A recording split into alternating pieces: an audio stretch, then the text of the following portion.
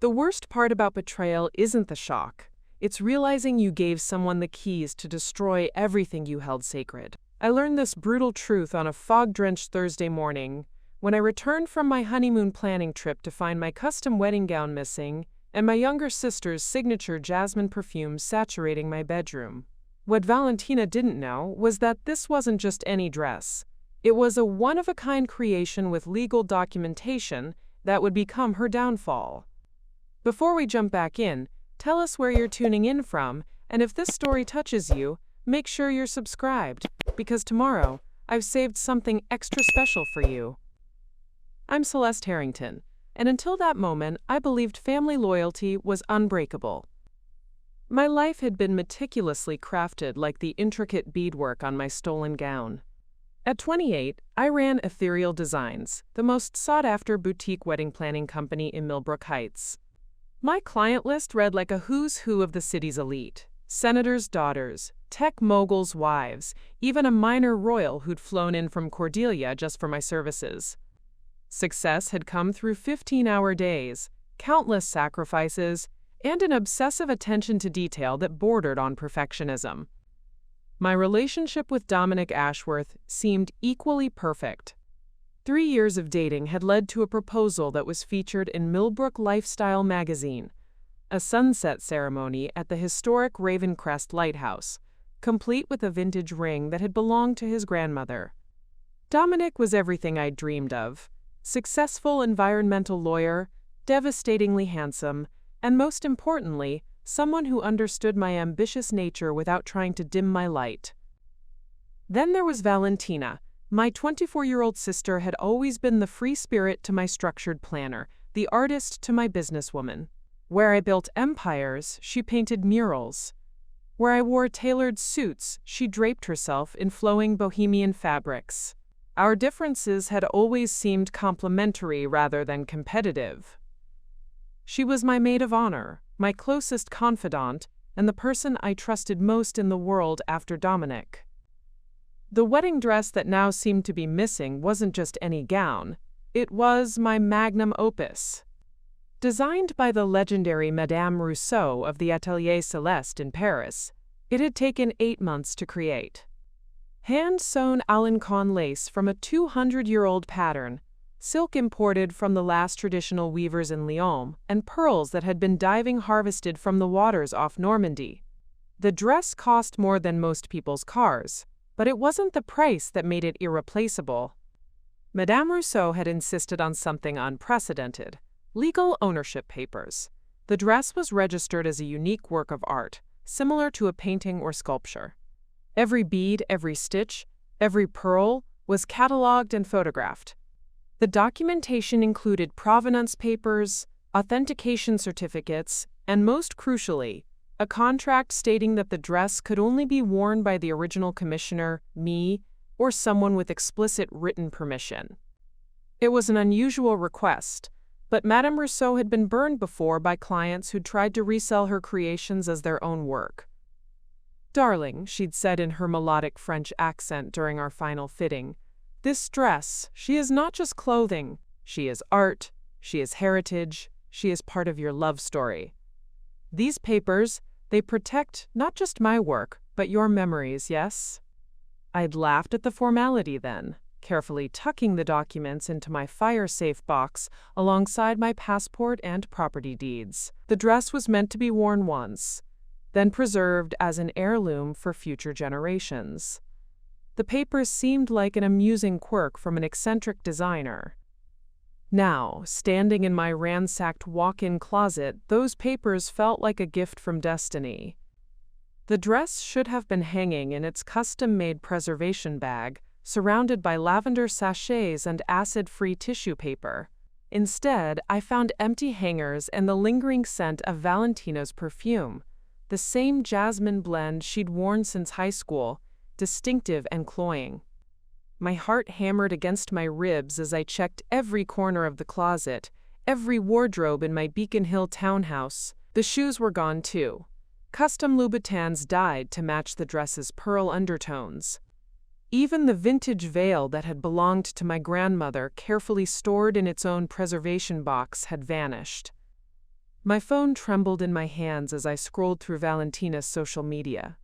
Her last post was from 3 days ago, a cryptic message about following your heart even when it leads somewhere unexpected, with a photo of her hands holding wildflowers.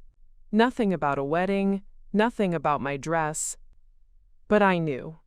The way you know when lightning is about to strike, when the air itself feels charged with electricity. Valentina had taken more than just fabric and pearls. She'd stolen the centerpiece of the most important day of my life. What she didn't realize was that Madame Rousseau's eccentric documentation habit was about to become the thread that would unravel whatever web she'd spun. Those ownership papers weren't just formal documents. They were legal proof that anyone wearing that dress without permission was committing theft of a registered artwork. As I reached for my phone to call my lawyer, I felt something I hadn't experienced since building my first successful wedding. The cold, calculating focus that had made me the most feared negotiator in Millbrook's luxury wedding industry. Valentina had always been the impulsive one, acting first and dealing with consequences later. But she'd made one crucial miscalculation. She'd stolen from someone who made a living orchestrating perfect days, someone who understood that every detail mattered, someone who always had a backup plan. The ownership papers were just the beginning. Preparing and narrating this story took us a lot of time, so if you are enjoying it, subscribe to our channel. It means a lot to us. Now back to the story. My hands shook as I dialed Natalie Chen, my best friend and business partner. If anyone would know what Valentina was up to, it would be Nat. As Ethereal Designs head photographer, she had connections throughout Millbrook's wedding scene and an uncanny ability to sniff out drama before it exploded.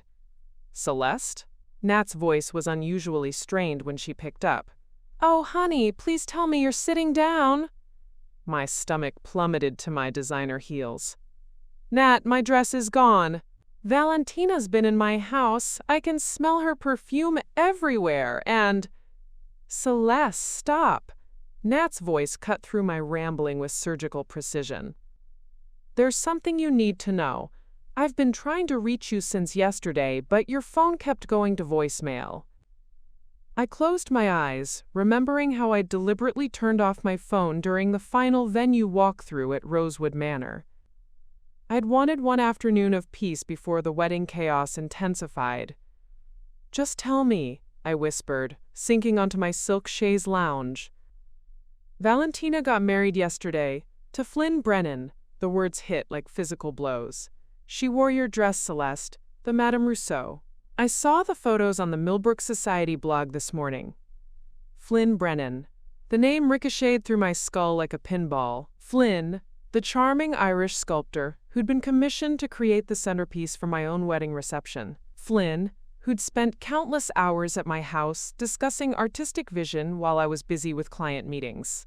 Flynn, who Valentina had claimed was just a friend when I'd noticed their lingering glances and whispered conversations. The blog called it Millbrook's most romantic elopement, Nat continued, her voice gentle but relentless.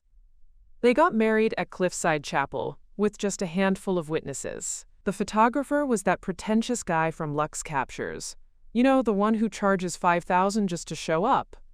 My breath came in short, sharp gasps. Cliffside Chapel was where Dominic and I had our first date, a sunset picnic after touring the historic grounds. It was also where we'd planned to take our engagement photos next month. "Nat," I managed, "what exactly did she tell people? About the dress?" There was a pause that lasted an eternity. According to the blog, she said it was a, quote, family heirloom passed down through generations. She spun this whole story about it being your grandmother's dress that she updated with modern touches. I laughed, actually laughed, because the absurdity was staggering. My grandmother's wedding dress had been a simple 1950s tea-length creation that was currently hanging in my mother's closet in Vermont. The Madame Rousseau gown was as far from a family heirloom as a Picasso was from a kindergarten finger painting. "There's more," Nat said quietly. The article mentions how she and Flynn had been secretly in love for months, but didn't want to overshadow your upcoming wedding. They claimed the elopement was spontaneous, driven by, quote, irresistible passion. I stood up abruptly, pacing to my window that overlooked Millbrook Harbor. Below, tourists wandered the cobblestone streets, completely oblivious to the fact that my world was imploding 20 floors above them. Now I need you to send me everything. Every photo, every article, every social media post. Screenshot it all before they have a chance to delete anything. Already done, she replied. I've been documenting everything since yesterday. Celeste, there's something else. The wedding party was small, but I recognized some of the faces. Your cousin Miranda was there, and your Aunt Felicity. Family members. People who'd seen my dress during fittings, who knew exactly what it looked like and how much it cost. People who'd watched Valentina walk down the aisle in stolen silk and said nothing. My phone buzzed with an incoming call. Dominic's name flashed on the screen. Nat, I have to go. Dominic's calling. Celeste, wait. Before you talk to anyone else, you need to know. Flynn's been posting on his Instagram stories. He's been documenting their key getaway to Sanctuary Island. They're staying at the Ocean View Resort through the weekend. Sanctuary Island.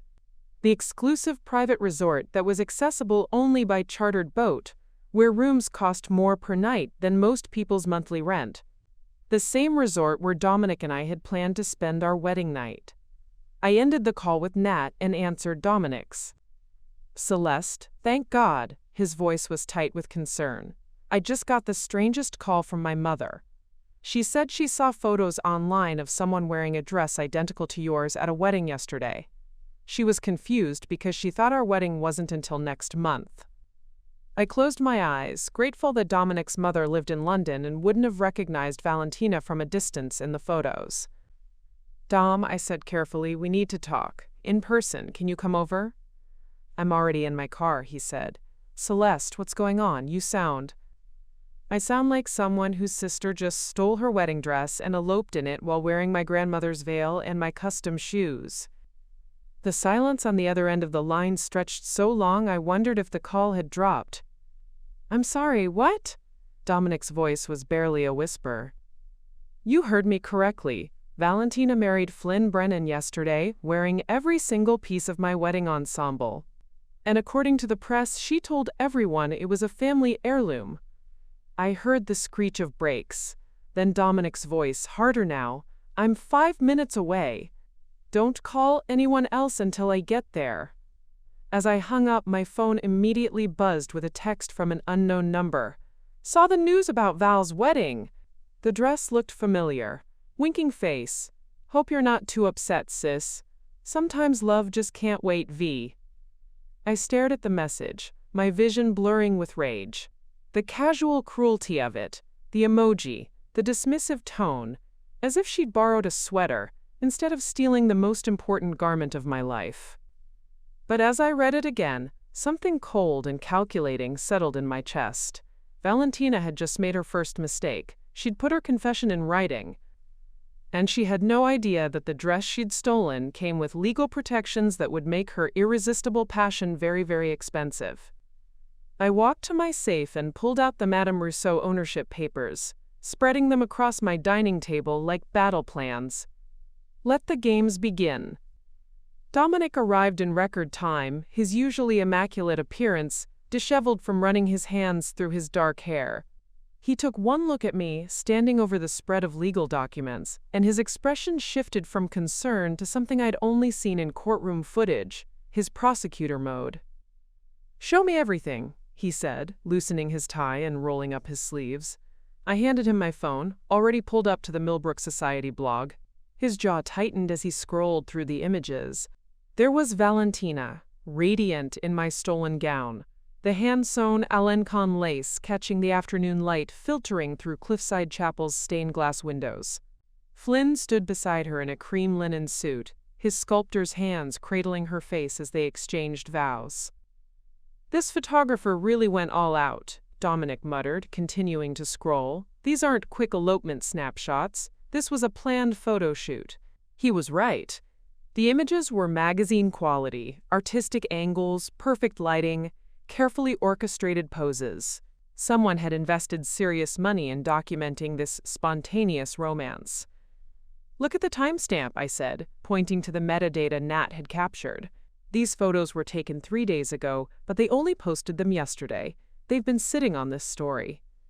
Dominic's eyes narrowed as he examined the details. "And look at this caption under the group photo.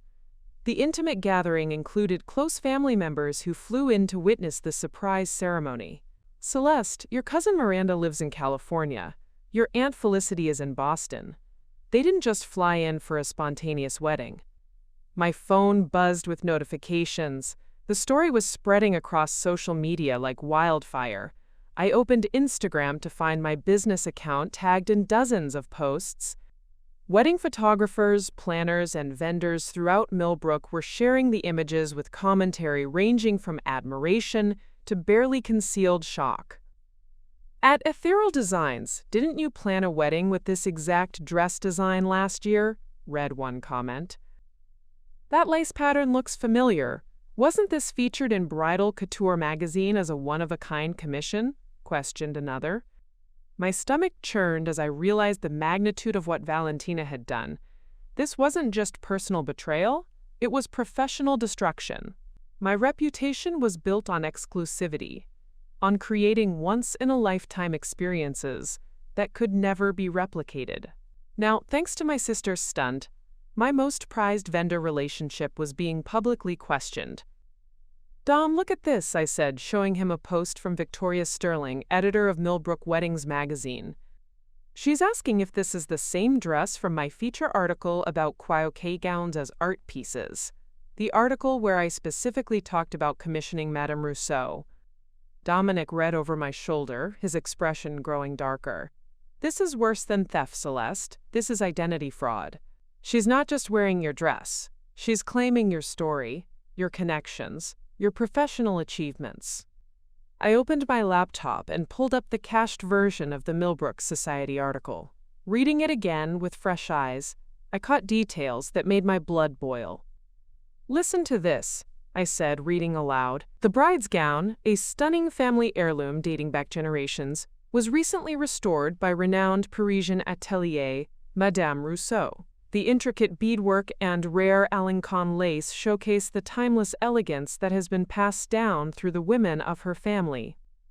"She's taking credit for commissioning the restoration," Dominic said, his voice deadly quiet. "She's literally stolen your business relationship and turned it into her family history." My phone rang. The caller ID showed Madame Rousseau's atelier number. My heart stopped. "Celeste, darling," came the familiar French accent, but the warmth was absent. "I am calling because I have received some very interesting photographs this morning. Perhaps you can explain to me why your dress, the one I created specifically for your wedding, is being worn by another woman who claims it is her family heirloom." "Madame Rousseau, I can explain." "Non, chérie, let me explain something to you. When I create a piece, it carries my reputation, my signature, my soul. This woman, she is claiming that my work is some old family dress that was merely restored by my atelier. Do you understand what this does to my brand?" I felt tears threatening but forced my voice to remain steady. "I understand completely. The woman in the photos is my sister, and she stole the dress from my home while I was away. I have the ownership papers you insisted on. This is theft, both of my property and your artistic integrity." There was a long pause. When Madame Rousseau spoke again, her voice had transformed from disappointed to furious. "She stole it? Mon Dieu. Celeste, I need you to send me everything. These articles, these photographs, everything. My legal team will want to see this immediately." "Your legal team?" "Oui. This is not just theft, ma chérie. This is copyright infringement, trademark violation, and defamation of my brand. When someone claims my original design is merely restored antique work, they diminish not just this piece, but every piece I have ever created." After I hung up, Dominic was already on his phone with his law firm's intellectual property specialist. I listened to him rapid-fire explain the situation, using terms like artistic fraud, and commercial misrepresentation. My laptop chimed with an email notification. The subject line made my blood run cold. "Congratulations on your sister's beautiful wedding." It was from Helena Voss, the most influential wedding blogger on the East Coast. Her Voss Weddings platform had over 2 million followers and could make or break vendors with a single post.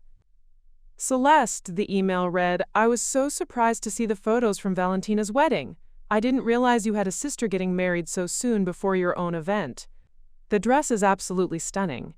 I can see why it's such a treasured family piece.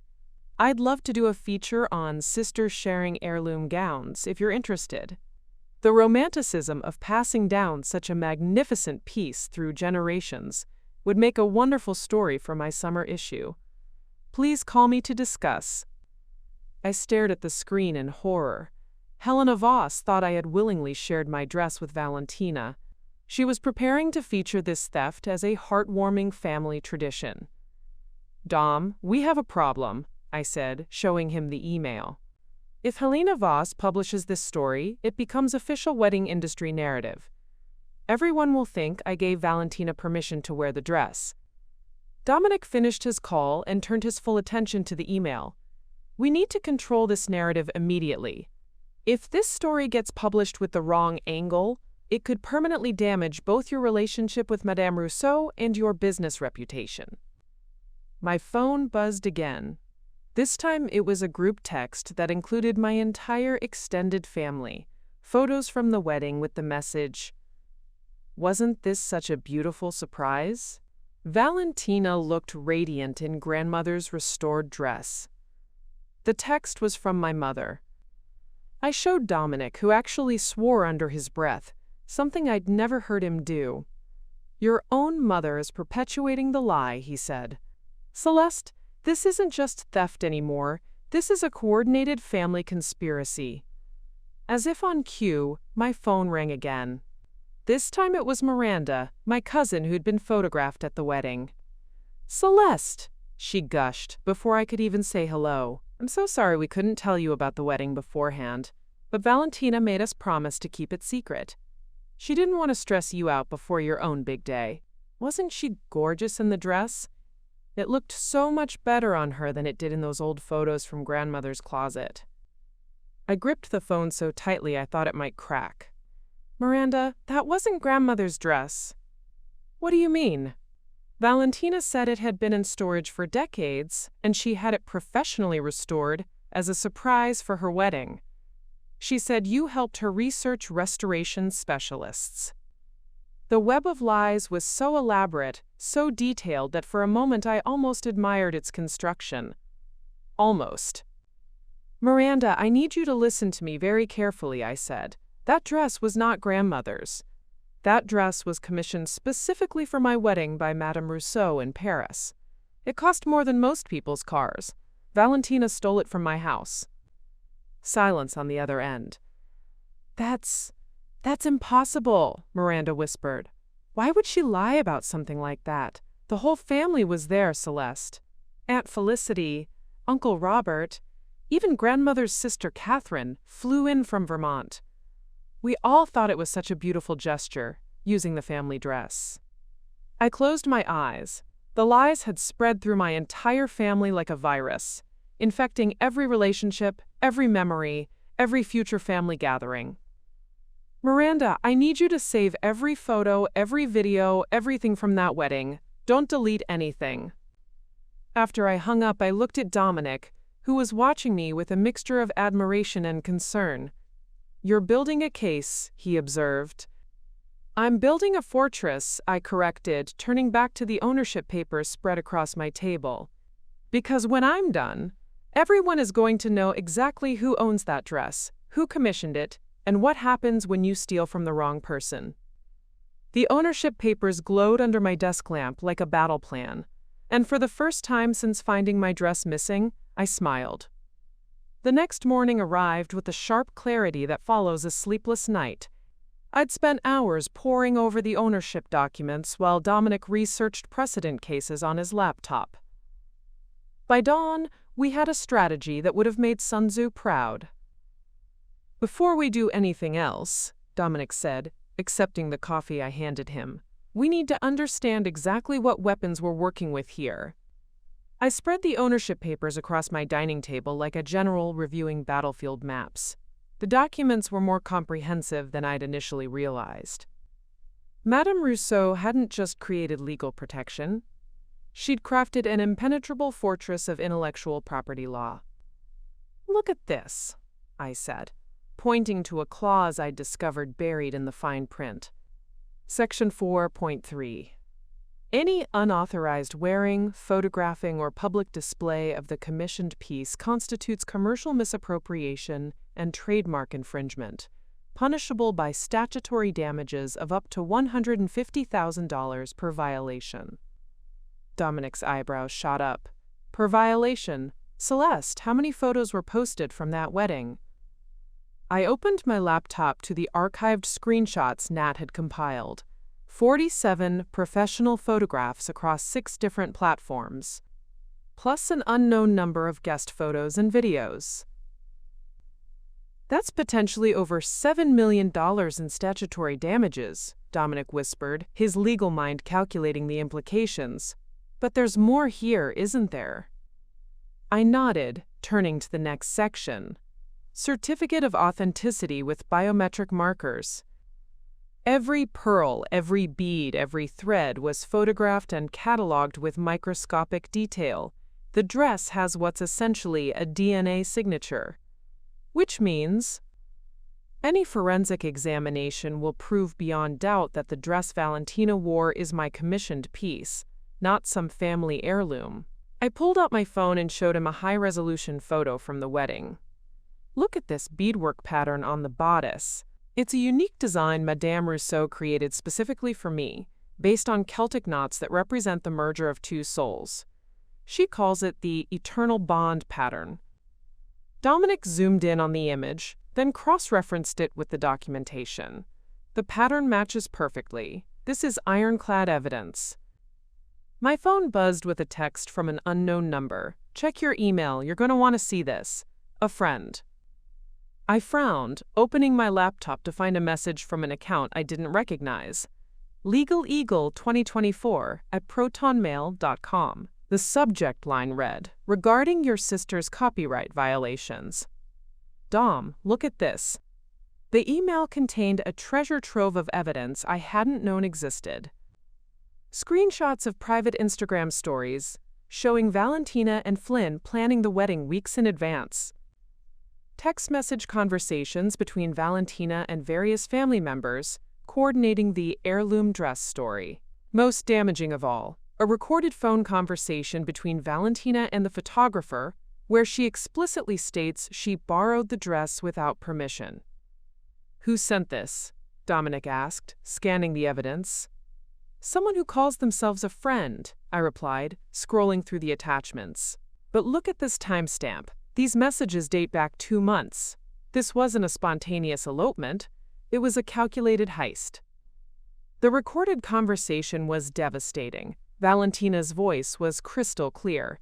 She'll never know it's missing until after the wedding. By then, it'll be too late to do anything about it. Besides, what's she going to do, arrest her own sister? Flynn's response chilled me to the bone. Are you sure about this, Val? That dress cost more than my car. Trust me, Valentina laughed. Celeste has always been too focused on her precious business to pay attention to family. She probably won't even notice it's gone until her own wedding day. And by then we'll be on our honeymoon in the Maldives, completely unreachable. I played the recording for Dominic, watching his expression shift from surprise to fury to cold professional calculation. This is premeditated theft with intent to defraud, he said quietly.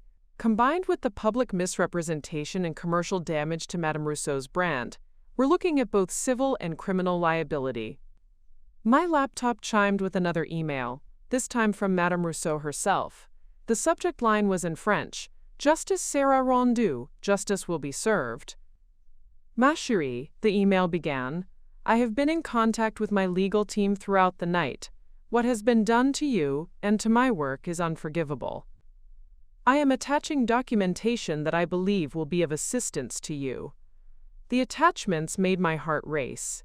Madame Rousseau had included the complete provenance file for my dress, including the original design sketches, progress photographs from each stage of construction, and most importantly, a detailed invoice showing the dress's appraised value, $127,000. But there was more. She'd also included a cease and desist template, specifically designed for unauthorized use of her creations, along with contact information for her American legal representatives. Look at this clause, I said, pointing to a section highlighted in red. Madame Rousseau retains reproduction rights to all design elements. Anyone photographing or publicizing her work without authorization owes licensing fees. Dominic read over my shoulder, his legal mind working through the implications. She's not just protecting your ownership, she's protecting her intellectual property. Those wedding photos, they're unauthorized commercial use of her copyrighted designs. My phone rang. The caller ID showed my office number, which was strange since it was barely 8 a.m. on a Saturday. Celeste? It was Nat, calling from our office. You need to get down here. We have a situation. What kind of situation? The kind where reporters are camped outside our building and Helena Voss is demanding an exclusive interview about your quote, family's wedding dress tradition. I felt the blood drain from my face. How did they find the office? Someone leaked your connection to the dress. The story is blowing up on social media. #heirloom drama is trending on Twitter, and everyone's taking sides about whether you're being petty or if Valentina crossed a line. Dominic was already grabbing his jacket. We're coming down. Don't talk to anyone until we get there. As we rushed toward the elevator, my phone exploded with notifications. The story had somehow morphed from a simple wedding feature into a viral sensation about family loyalty versus personal property rights. But as I watched the notifications flood in, something unexpected happened. Mixed in with the chaos were messages of support from other vendors, other brides, other women who'd experienced similar betrayals. The court of public opinion was forming, and not everyone was on Valentina's side. Dom, I said as we stepped into the elevator, I think our anonymous friend just gave us something more valuable than evidence. What's that? Proof that Valentina underestimated me in every possible way.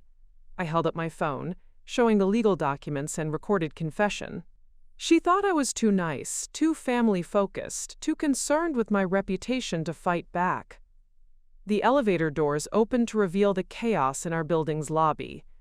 Reporters with cameras, bloggers with smartphones, and what appeared to be half of Millbrook's wedding industry elite, all waiting for answers. She was wrong, I said, straightening my shoulders and checking that the ownership papers were secure in my briefcase. And now everyone's going to find out exactly how wrong she was. Dominic squeezed my hand as we approached the crowd. Ready to show them what those papers actually mean? I smiled for the first time in days, feeling the weight of legal documentation and recorded confessions in my briefcase. Born ready. The secret weapon wasn't just the ownership papers. It was the entire fortress of legal protection Madame Rousseau had built around her art.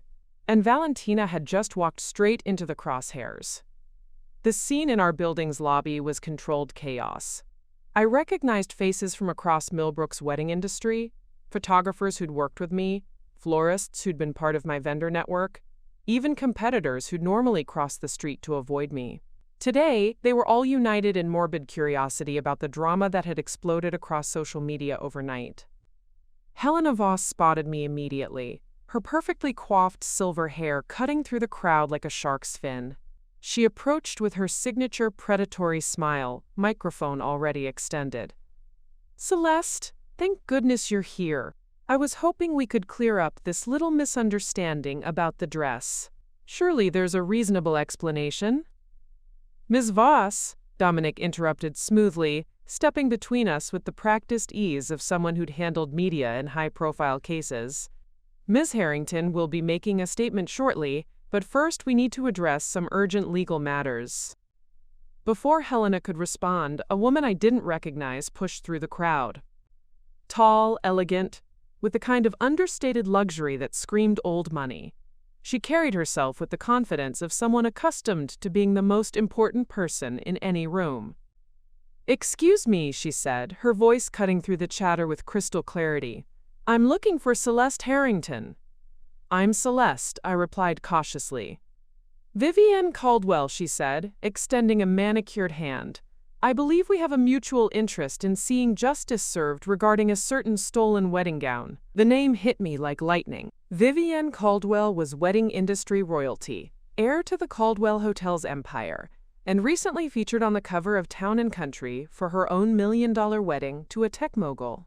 More importantly, she was known for her vindictive streak when crossed. "Perhaps we could speak privately?" Vivienne suggested, glancing pointedly at the crowd of reporters. "I have information you'll want to hear." Nat appeared at my elbow, somehow having navigated through the chaos. "Conference room 3 is clear," she whispered. "I've been screening calls all morning." "You have messages from Madame Rousseau's American attorney, someone from the French consulate, and 3 different news producers." We maneuvered through the crowd to the elevator, Vivienne following with the confidence of someone who belonged wherever she decided to be. Once safely behind closed doors in our conference room, she settled into a chair with the precision of a queen taking her throne. "I'm going to be direct," Vivienne began, placing her Hermes bag on the table. "Your sister stole more than just your dress. She stole my wedding photographer." I blinked. "I'm sorry, what?" "Flynn Brennan, the charming Irish sculptor your sister married. He was commissioned to create the centerpiece for my wedding reception. We paid him a $50,000 deposit 6 months ago. The piece was supposed to be delivered last week." Dominic leaned forward. "And 3 days ago, Flynn Brennan's assistant called to inform us that Mr. Brennan had experienced a, quote, creative emergency and would be unable to complete our commission. Apparently, he needed to focus on his, quote, personal artistic journey following his sudden marriage." Vivienne opened her bag and extracted a thick folder. "I don't appreciate being abandoned by vendors, especially when their personal artistic journey involves fleeing to an exclusive resort with money that should have been spent completing my husband's wedding gift." She spread photographs across the table, screenshots from Flynn's social media, showing him and Valentina in what appeared to be a luxury suite at Sanctuary Island Resort. The images were time-stamped from their honeymoon, showing expensive champagne, spa treatments, and activities that clearly cost far more than a struggling sculptor should have been able to afford. $50,000 covers a lot of romantic getaways, Vivienne observed dryly, especially when you're not planning to honor the contract it was meant to fund. Nat whistled low. "So Flynn didn't just steal your dress, he used someone else's money to fund the honeymoon." "It gets better," Vivienne continued, pulling out more documents. "I had my lawyers investigate Mr. Brennan's financial situation after he breached our contract. It turns out your sister's new husband has quite the interesting business model." She slid a financial report across the table. Flynn Brennan had been operating what amounted to a sophisticated con game, taking large deposits from wealthy clients for custom art pieces, then disappearing before completion. The pattern went back 3 years and involved at least 7 victims across New England. "He targets women specifically," Vivienne explained, "usually recent divorcees or widows with significant assets and emotional vulnerability. He charms them, convinces them to commission large, expensive pieces as healing art, takes the money, and vanishes." I stared at the documents, my mind racing. Valentina doesn't know any of this. "Oh, she knows," Vivienne corrected. "I had my private investigator look deeper. Your sister has been his accomplice for at least 6 months. She's the one who identifies potential marks at gallery openings and charity events. The sweet artistic sister act is part of the con."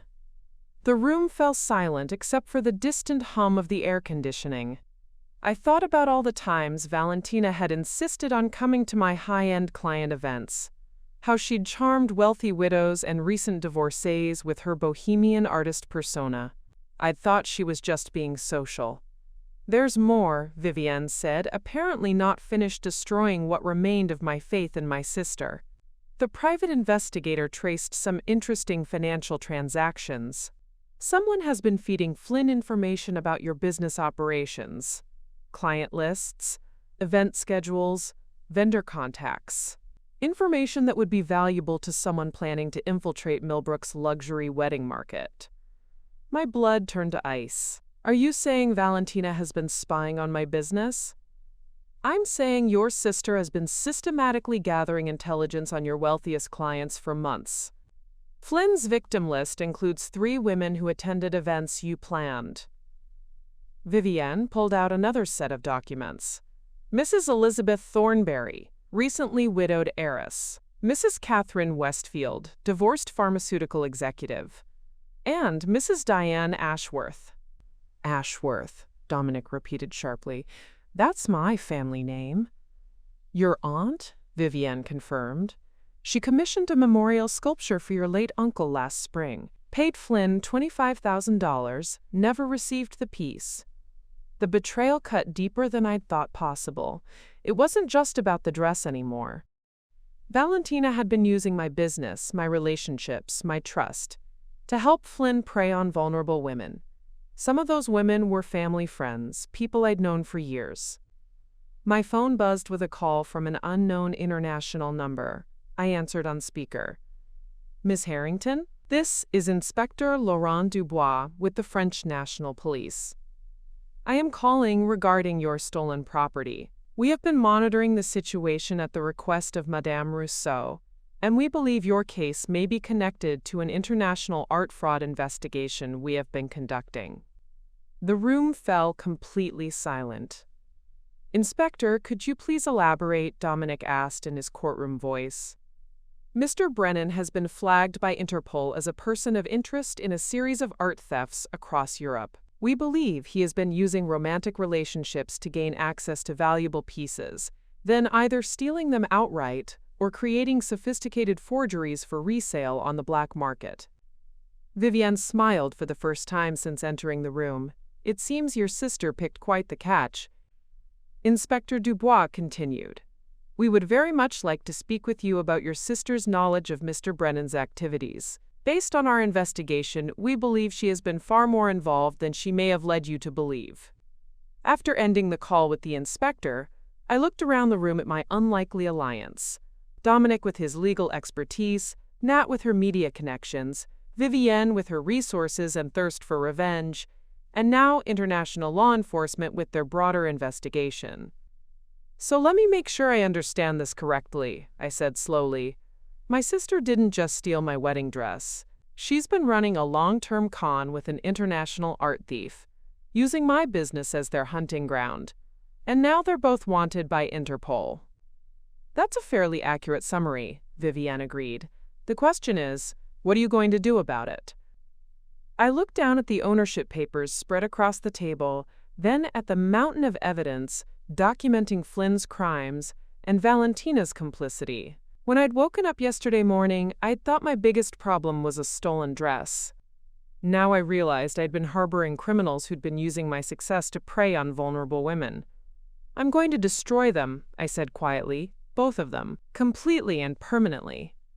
Vivienne's smile widened. "Excellent. I was hoping you'd say that, because I have a plan." Vivienne's plan was as elegant as it was ruthless. She spread a detailed timeline across our conference table, every move calculated with the precision of a military operation.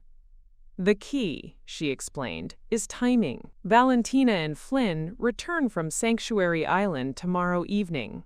There's a welcome home party planned at the Meridian Gallery, Flynn's supposed art showcase, where he was going to debut pieces he never actually created. I studied the invitation she'd somehow obtained. The gallery event was scheduled for Sunday at 7 p.m., with Millbrook's entire art community expected to attend. The irony wasn't lost on me. Flynn had planned to celebrate his wedding and showcase his artistic talents, using the very venue where he'd met several of his victims. "How do you know about the party?" Dominic asked, his lawyer instincts kicking in. "Miranda posted about it on her Instagram stories this morning," Nat answered, pulling up the screenshots on her tablet. She's helping coordinate the event. Look at this guest list. Everyone who was at the wedding, plus about 50 more people from the art community. Vivienne nodded approvingly.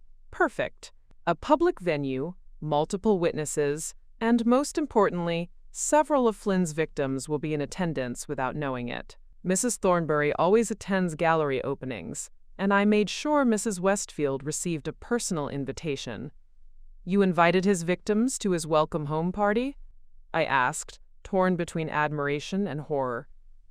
I invited potential witnesses to his downfall, Vivienne corrected smoothly. There's a difference.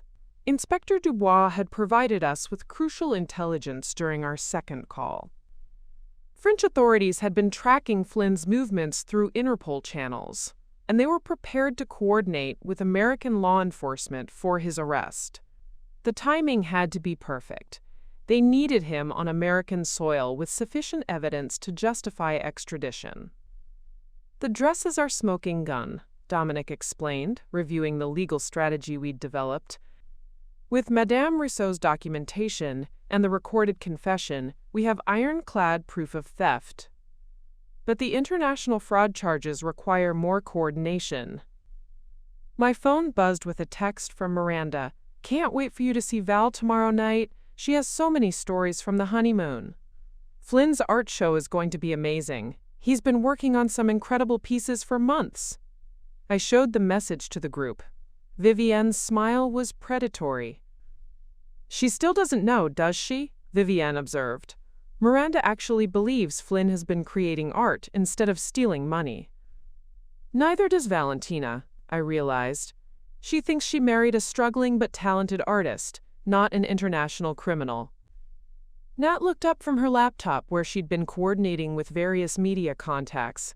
I've been in touch with Helena Voss. She's planning to attend the gallery event tomorrow night with a full camera crew. She thinks she's documenting a romantic reunion story. Perfect, Vivienne said. Nothing like live documentation of an arrest. The afternoon was spent in meticulous preparation. Dominic coordinated with Inspector Dubois and local FBI agents who would be stationed around the Meridian Gallery. Vivienne arranged for her private investigator to document everything with professional equipment. Nat prepared a comprehensive media package that would go live the moment arrests were made. My role was perhaps the most challenging. I had to attend the party as the supportive sister, smiling and congratulating the happy couple while wearing a wire and gathering final evidence for law enforcement. Remember, Inspector Dubois had explained during our planning call, we need Flynn to confirm his identity and acknowledge his recent activities. If he discusses the dress, the honeymoon, or any of his business dealings while you're wearing the recording device, it strengthens our case significantly.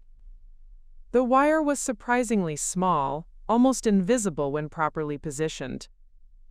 The FBI technician who fitted it explained that I would be in constant communication with the surveillance team positioned around the gallery. Your safety is our primary concern, Agent Sarah Martinez assured me. If at any point you feel threatened or uncomfortable, use the phrase, "I need some air," and we'll extract you immediately. As evening approached, I found myself getting ready for what would likely be the most challenging performance of my life. I chose a midnight blue cocktail dress, elegant enough for a gallery opening, dark enough to hide the wire, and most importantly, not white. I refused to give Valentina the satisfaction of seeing me in anything that might remind her of the wedding dress she'd stolen. Dominic picked me up at 6:30, looking handsome but tense in his charcoal suit. He would be attending as my boyfriend, providing both emotional support and legal backup if needed. "How are you feeling?" he asked as we drove through Millbrook's historic district toward the gallery. "Like I'm about to watch my sister realize she married a criminal on live television," I replied. "It's surprisingly liberating." The Meridian Gallery was ablaze with lights, elegantly dressed guests flowing in and out of the converted warehouse space. Paparazzi lined the entrance. Helena Voss had clearly marketed this as the social event of the week. I spotted several faces I recognized from the wedding photos. family members who'd helped perpetuate the lies about my dress. "There she is," Dominic murmured as we approached the entrance. Valentina stood near the gallery's main entrance, radiant in a flowing emerald dress that I recognized as one of Flynn's early gifts to her.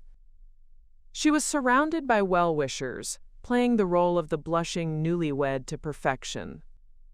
Flynn stood beside her in an expensive suit that I now realized had probably been purchased with one of his victims' money. As we entered the gallery, I activated the recording device with a subtle gesture. The walls were lined with artwork, but I noticed immediately that several pieces were obviously reproductions, not originals. Flynn's art showcase was as fraudulent as everything else about him. "Celeste!" Valentina rushed toward me, arms outstretched for a hug that I forced myself to accept. "I'm so glad you came! And Dominic, you look wonderful. Have you met my husband?" Flynn approached with the charming smile that had probably seduced dozens of victims. Up close, I could see the calculation behind his green eyes, the practiced way he assessed people for their potential value. "Celeste," he said, taking my hand with both of his in a gesture that seemed intimate but felt predatory. "Valentina has told me so much about you. I hope you can forgive us for the secrecy around the wedding. We just couldn't help ourselves." "Of course," I replied, forcing warmth into my voice while the wire captured every word. "Love can't wait, right?" And the dress looked absolutely beautiful on her. Valentina beamed. "I'm so grateful you helped me find such a perfect restoration specialist for grandmother's dress. Madame Rousseau did incredible work updating it for modern times." The lie rolled off her tongue so smoothly that for a moment I almost believed she'd convinced herself it was true. Flynn's hand tightened slightly on Valentina's waist, a subtle reminder to stick to their story. "Actually," Flynn interjected, "I've been meaning to ask you about Madame Rousseau. Several people have mentioned commissioning pieces from her. She seems to work with quite an exclusive clientele." He was fishing for information, still trying to identify potential marks even at his own celebration. The predator in him couldn't resist the opportunity. "She does beautiful work," I replied carefully. "Very expensive, very exclusive. Her client list reads like a Forbes 500 directory." Flynn's eyes lit up with interest, and I saw Valentina shoot him a warning look. Even she seemed to sense that discussing business at their party was inappropriate. Across the room, I spotted Mrs. Thornberry examining one of the art pieces. She was studying it with the intensity of someone who knew the difference between authentic artwork and clever forgeries. Vivienne stood nearby, ready to make introductions at the right moment. "Well," I said, checking my watch, "I should let you get back to your guests. This is quite a celebration." "Wait," Flynn said, his hand moving to stop me. "Before you go, I wanted to thank you personally. Valentina mentioned how much you've helped her over the years, how close you two are. It means a lot to know she has such a supportive sister." The wire captured every word, as Flynn unknowingly confessed to manipulating my relationship with Valentina to his advantage.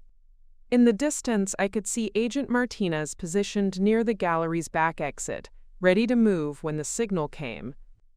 "Family is everything," I replied, meeting Flynn's eyes directly, "and we always protect what's ours." The double meaning wasn't lost on him. For just a moment, I saw uncertainty flicker across his confident expression.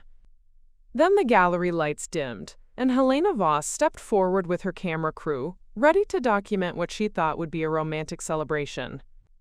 She had no idea she was about to film the most spectacular downfall in Millbrook's social history. Helena Voss positioned herself strategically near the gallery's main display, her camera crew capturing what she believed would be heartwarming footage of artistic love triumphant. The irony was delicious. She was about to document the most spectacular public humiliation in Millbrook's recent memory, and she didn't even know it. "Ladies and gentlemen," Flynn announced, his voice carrying across the crowded gallery with practiced charisma, "thank you all for celebrating this incredible week with Valentina and me. As many of you know, our love story has been quite the whirlwind." Polite applause rippled through the crowd.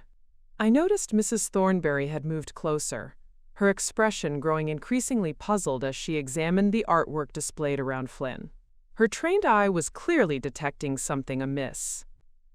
Before we reveal tonight's featured collection, Flynn continued, gesturing toward covered easels, I wanted to share something special.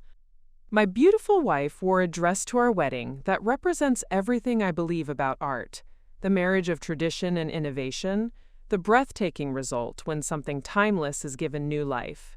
Valentina beamed beside him, completely unaware that her husband was essentially confessing to theft on camera. The wire recorded every word as Flynn dug himself deeper into legal quicksand. The dress itself is a fascinating piece, he continued, clearly unable to resist the opportunity to spin his narrative for the assembled crowd.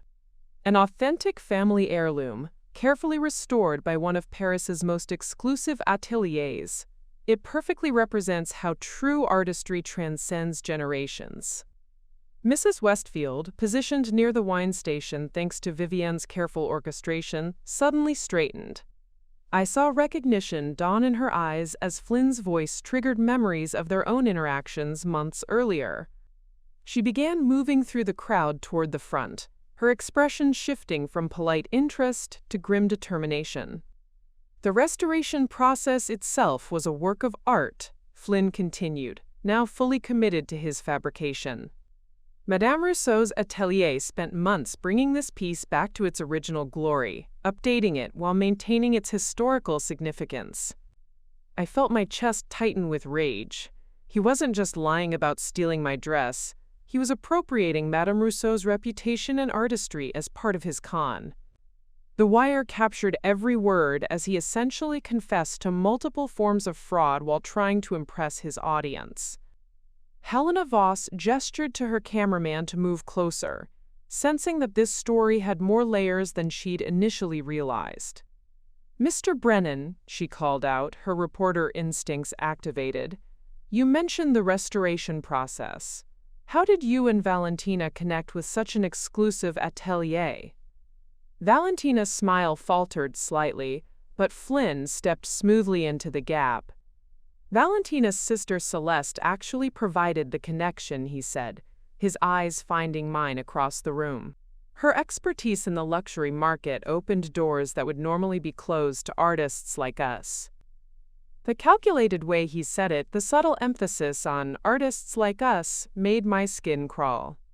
He was positioning himself as the humble creative who'd been elevated by my connections, when in reality he'd been systematically exploiting those same relationships to defraud vulnerable women.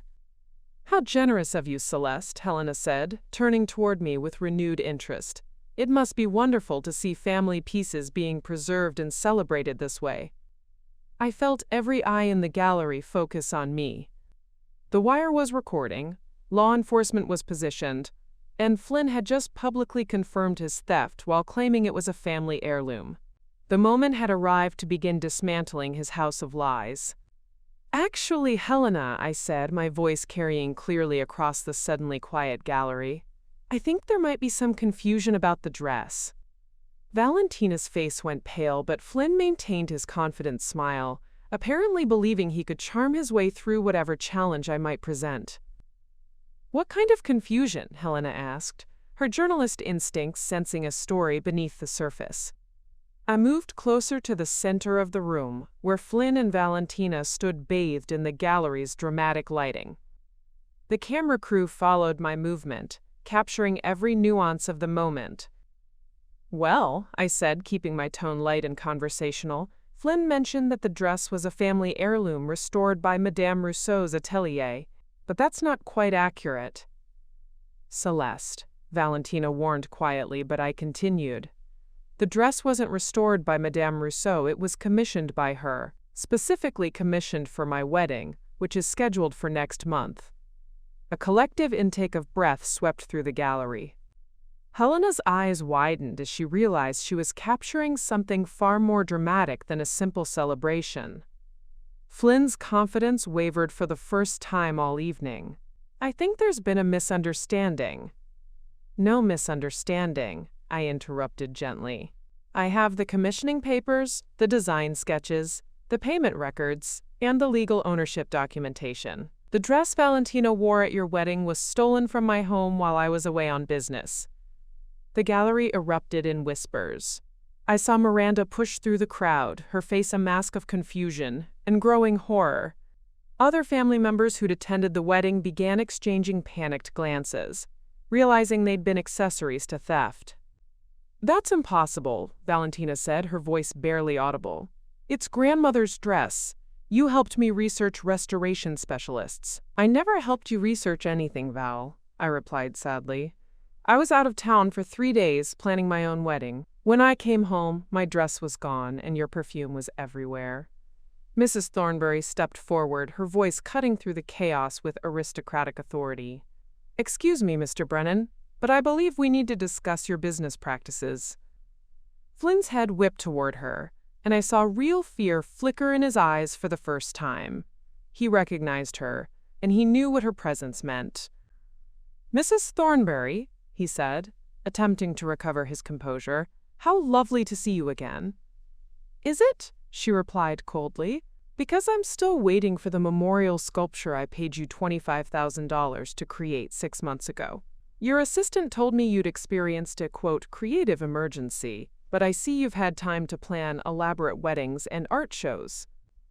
The crowd shifted restlessly as more pieces of Flynn's deception became apparent. Helena gestured frantically to her camera crew, realizing she was documenting the unraveling of a major scandal. Mrs. Westfield appeared beside Mrs. Thornbury, her face grim with recognition. "And I'm still waiting for the healing art installation I commissioned after my divorce. $30,000, Mr. Brennan. You promised it would help me process my grief."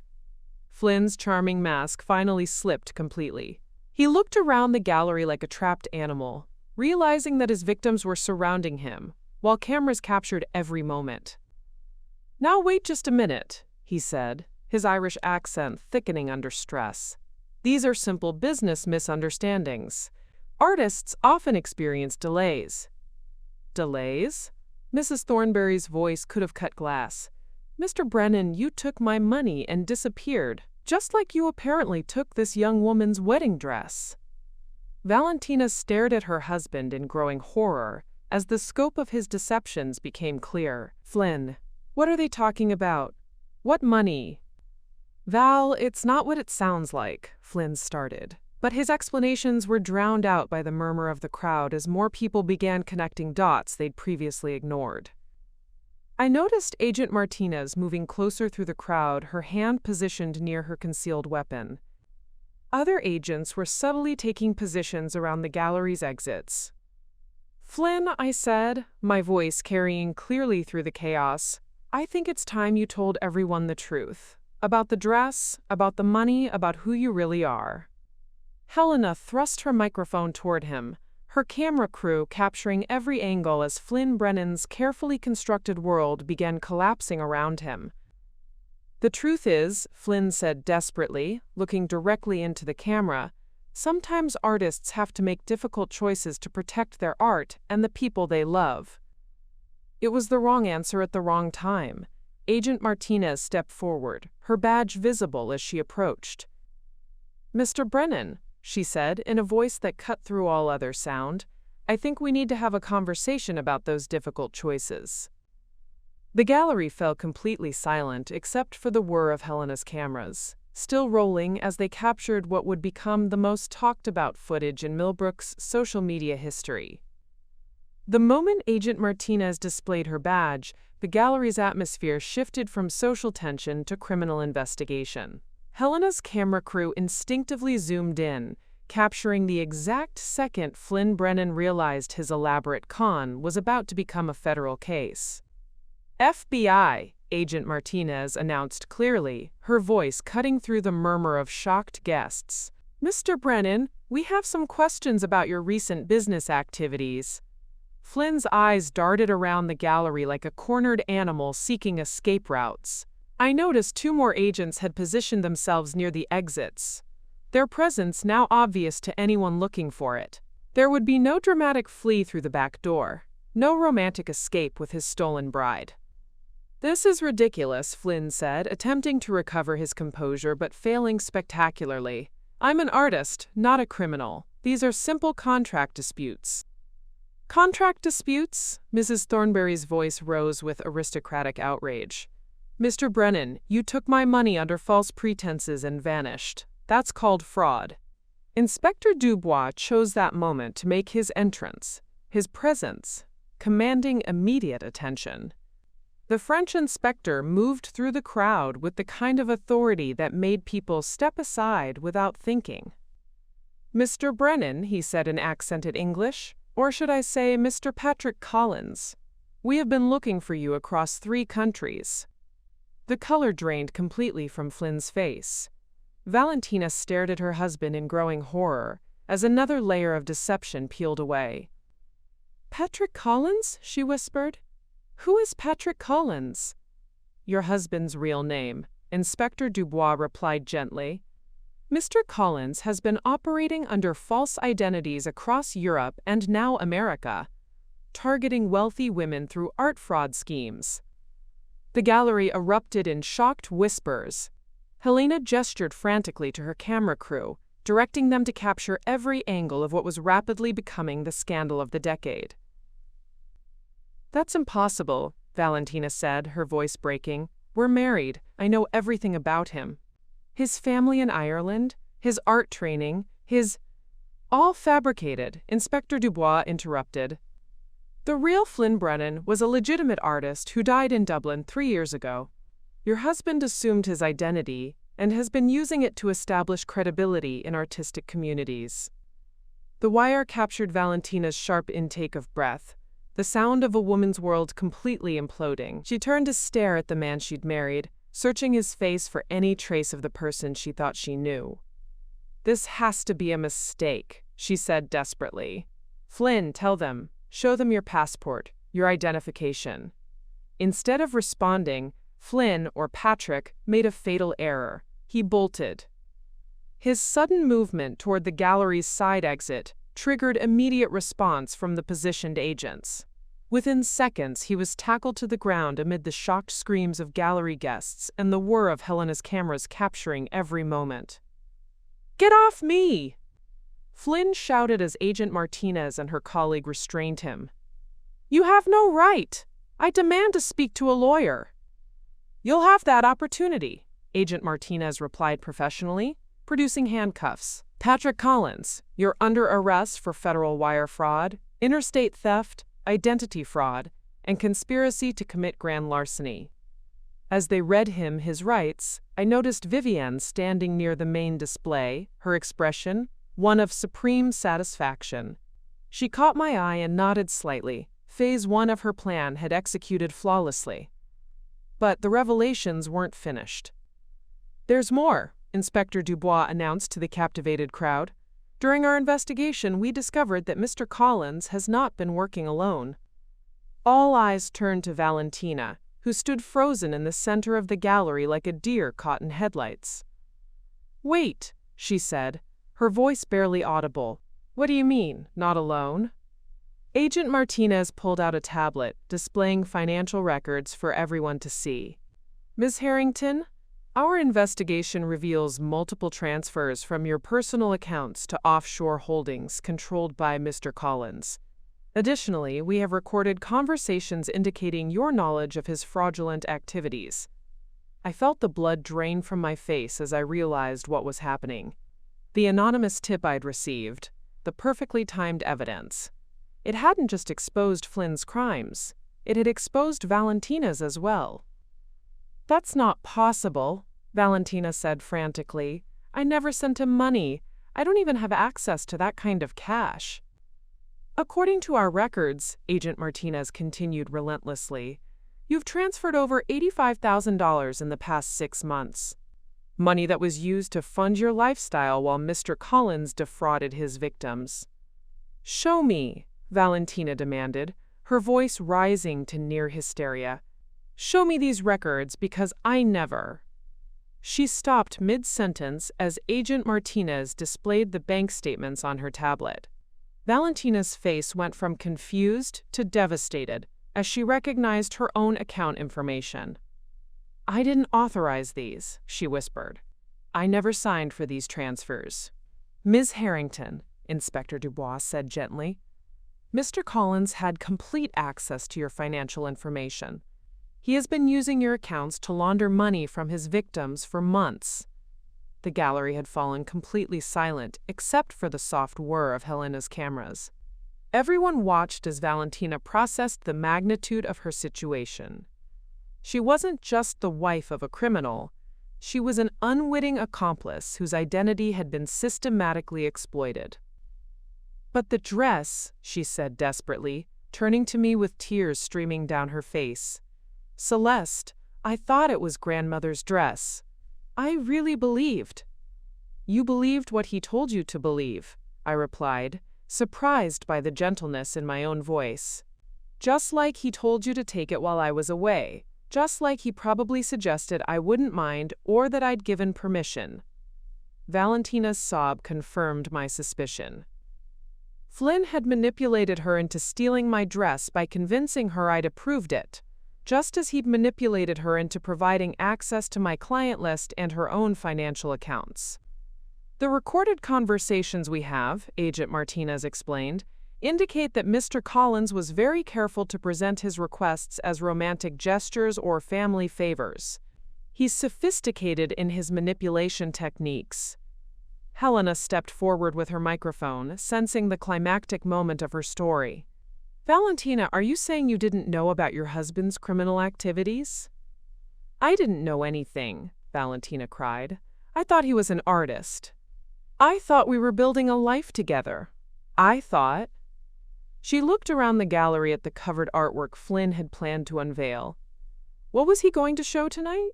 If he's not really an artist, what's under those covers?"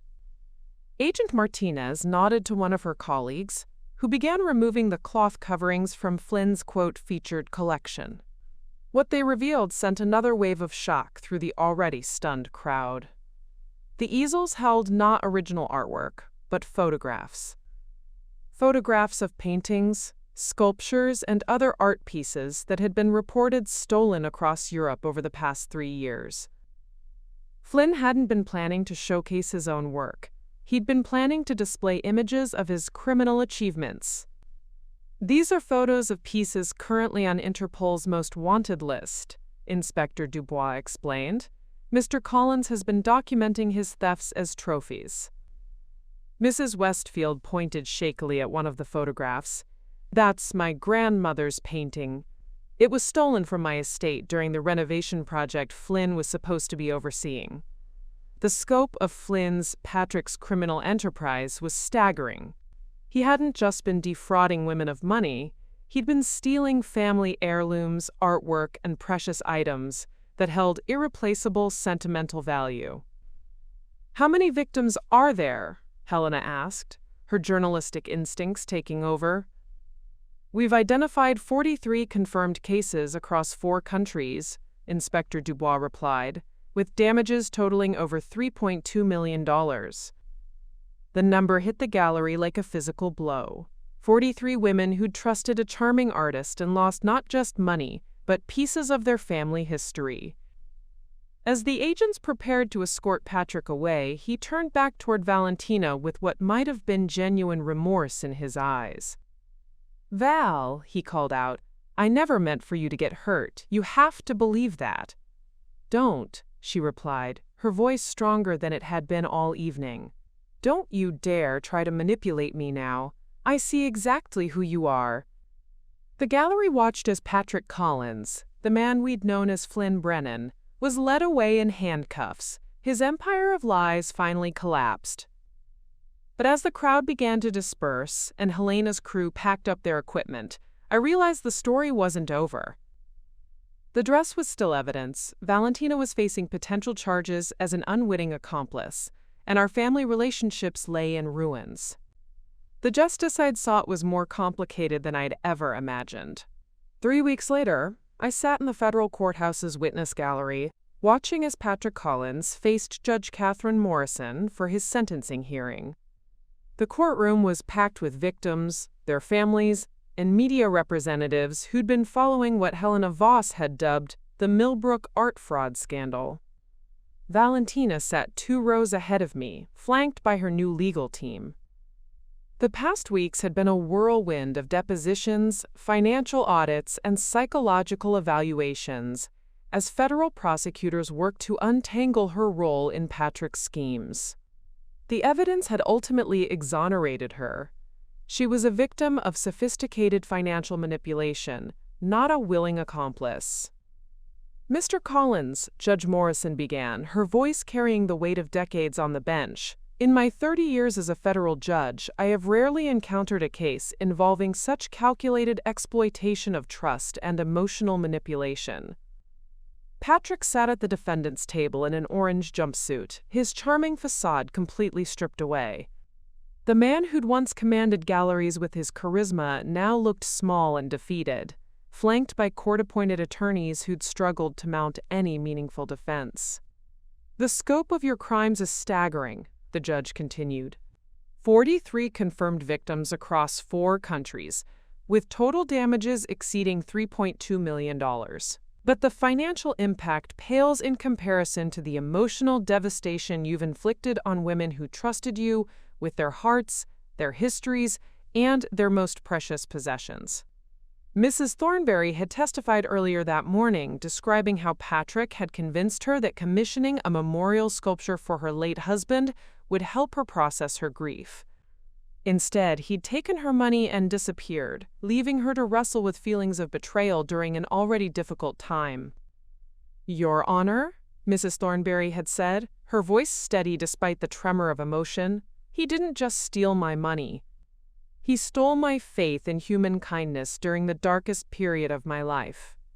Similar testimonies had filled the past 2 days. Women who'd lost family heirlooms commissioned pieces meant to commemorate important milestones, and in some cases, their entire life savings to Patrick's sophisticated cons. Inspector Dubois had flown in from Paris to testify about the international scope of the investigation. The evidence he presented painted a picture of a criminal who'd refined his methods over years, targeting vulnerable women with precision and cold calculation. The defendant's modus operandi, Inspector Dubois had explained to the court, involved extensive research into his victims' emotional states, financial situations, and social connections. He would spend weeks, sometimes months, building trust before executing his thefts. The prosecution had presented recordings of Patrick coaching Valentina on how to gather information about my clients, though the evidence clearly showed she believed she was helping him network within the art community, not identify targets for fraud. Ms. Harrington was manipulated as systematically as any other victim, Prosecutor Sarah Chen had argued. Mr. Collins gained access to her financial accounts, her business contacts, and her personal relationships through careful psychological manipulation spanning nearly 8 months. The financial forensics had been devastating for Patrick's defense. Experts had traced the money trail across multiple countries, showing how he'd used Valentina's accounts to launder funds while maintaining plausible deniability about the sources. Now, as Judge Morrison prepared to deliver her sentence, the courtroom fell completely silent. "Mr. Collins, you have been found guilty of federal wire fraud, interstate theft, identity fraud, conspiracy to commit grand larceny, and money laundering," she announced. "The evidence shows a pattern of behavior that spans years and multiple jurisdictions." Patrick's shoulders sagged as the weight of his conviction settled fully upon him. "Additionally," the judge continued, "your use of sophisticated psychological manipulation to exploit vulnerable women represents some of the most calculated criminal behavior this court has encountered. The emotional damage you've inflicted cannot be quantified in dollars alone." She paused, consulting the sentencing guidelines before continuing. "Therefore, this court sentences you to 15 years in federal prison, followed by 5 years of supervised probation. You are ordered to pay full restitution to all identified victims, totaling $3.2 million plus interest and legal fees." The courtroom erupted in quiet satisfaction. 15 years would ensure Patrick Collins couldn't victimize anyone else for a significant portion of his life, and the restitution order meant victims would eventually recover their financial losses. But Judge Morrison wasn't finished. Furthermore, she announced, this court is ordering the creation of a victim assistance fund to be administered by the FBI's Financial Crimes Division to provide counseling and support services to individuals affected by romantic fraud schemes. I felt tears prick my eyes as I realized the broader impact of our case. The judge was using Patrick's conviction to create resources for future victims of similar crimes. After the sentencing, I found myself on the courthouse steps with Valentina, both of us squinting in the afternoon sunlight. The media had largely dispersed, having gotten their dramatic footage during the earlier proceedings. "How are you holding up?" I asked my sister, noting the dark circles under her eyes and the way she clutched her purse like a shield. "I don't know," she replied honestly. "Some days I feel angry at him for what he did to me. Other days I feel angry at myself for being so naive. And some days I just feel grateful that it's over." The financial recovery process had been complex, but ultimately successful. The FBI had frozen Patrick's assets immediately after his arrest, recovering over $800,000 in cash and liquidating various possessions he'd purchased with stolen money. Valentina's accounts had been restored to their pre-manipulation levels, and she'd even received compensation for the unauthorized use of her identity. My wedding dress had been returned to me 3 days after Patrick's arrest, carefully preserved as evidence until the trial concluded. Madame Rousseau had insisted on cleaning and represerving it personally, refusing any payment for her services. "It is not just fabric, chérie," she'd told me during our emotional reunion. "It is your dreams, your joy, your future. No criminal should be allowed to taint such things." The dress now hung in my closet, exactly as it should have been all along, waiting for my wedding to Dominic in 6 weeks. Dominic emerged from the courthouse behind us, having spent the morning coordinating with federal prosecutors about related cases. His legal expertise had been invaluable throughout the investigation, and his steady support had kept me grounded during the most chaotic periods. "The prosecutor wants to use our case as a template for training law enforcement on romantic fraud schemes," he told us. "They're particularly interested in the financial manipulation techniques Patrick used." Valentina nodded thoughtfully. "If it helps other women avoid what I went through, I'm willing to participate." Her transformation over the past weeks had been remarkable. The bohemian artist who'd once seemed flighty and impulsive had emerged from her ordeal with newfound strength and purpose. She'd started volunteering with a victim advocacy group and was considering returning to school for a degree in psychology. "I keep thinking about Mrs. Thornberry," she said as we walked toward the parking garage. "How he targeted her grief, convinced her that art could heal her pain, then stole from her during the worst time of her life. I want to learn how to help people recognize those manipulation tactics." Mrs. Thornberry had become an unexpected ally during the proceedings. She'd taken Valentina under her wing, recognizing a fellow victim who needed guidance rather than judgment. "Healing happens in community," Mrs. Thornberry had told Valentina. "You don't recover from betrayal by isolating yourself. You recover by helping others avoid the same traps." Helena Voss had won a regional journalism award for her coverage of the case, which had evolved from society scandal to investigative expose. Her documentation of Patrick's arrest had provided crucial evidence for prosecutors, and her follow-up reporting had helped identify additional victims who'd been afraid to come forward. The ripple effects continued expanding. Inspector Dubois had used our case to secure funding for an international task force focusing on art fraud. 3 other countries had opened investigations into similar schemes, and Interpol had issued new guidelines for tracking romantic fraud across borders. But perhaps the most satisfying development came 2 weeks after the sentencing, when I received a call from a victim advocacy organization in Boston. "Ms. Harrington," the caller had said, We've been following your case, and we wondered if you'd consider speaking at our conference about the intersection of personal and professional recovery after victimization. I'd agreed immediately.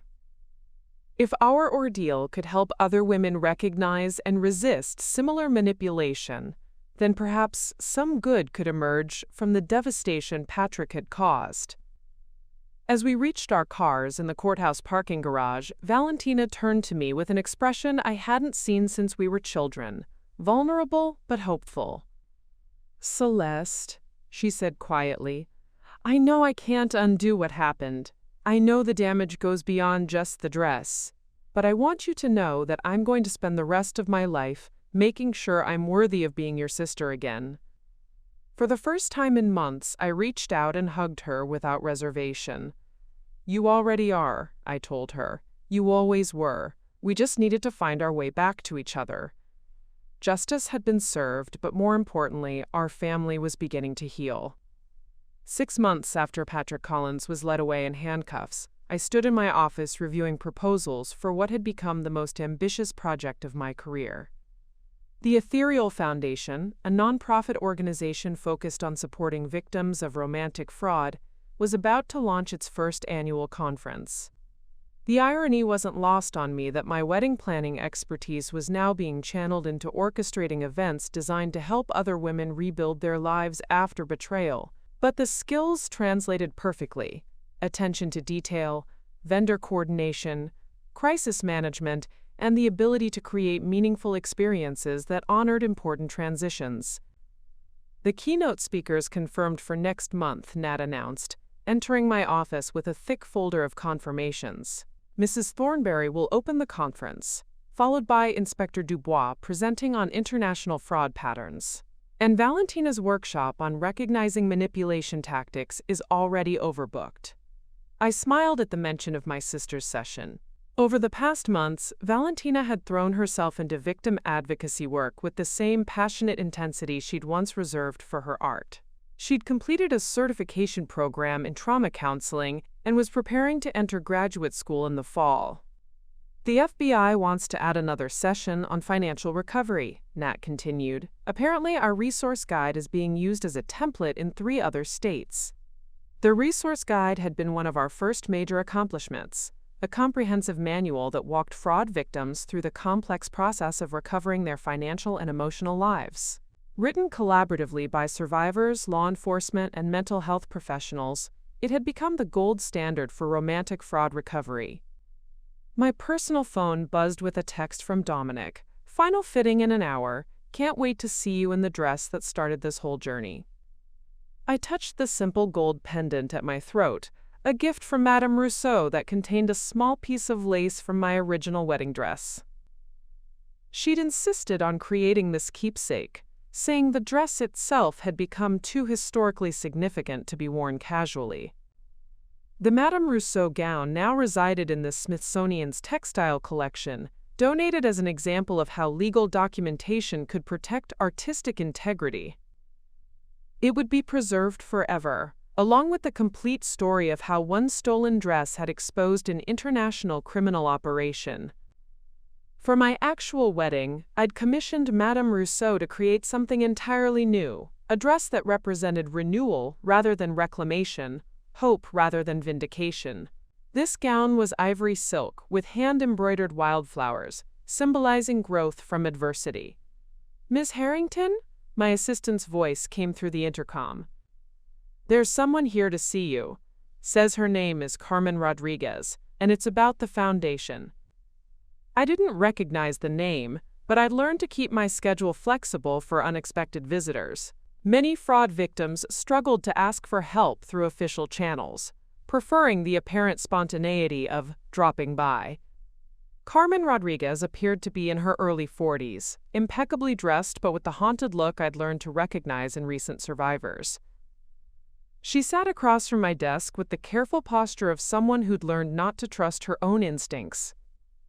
"I saw your interview on Channel 7 last month," she began, her voice carefully controlled.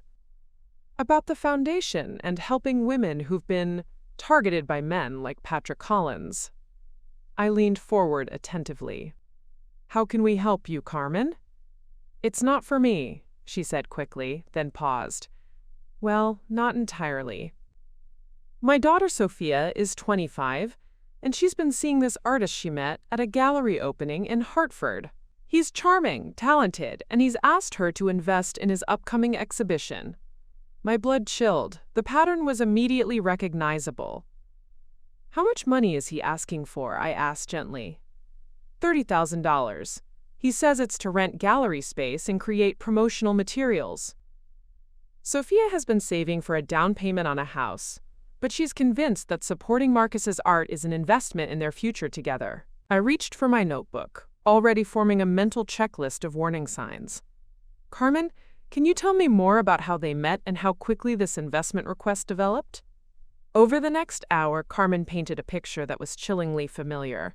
Marcus Delacroix, if that was his real name, had approached Sophia at a gallery opening, complimented her artistic sensibility, and gradually drawn her into increasingly intimate conversations about art, creativity, and shared dreams.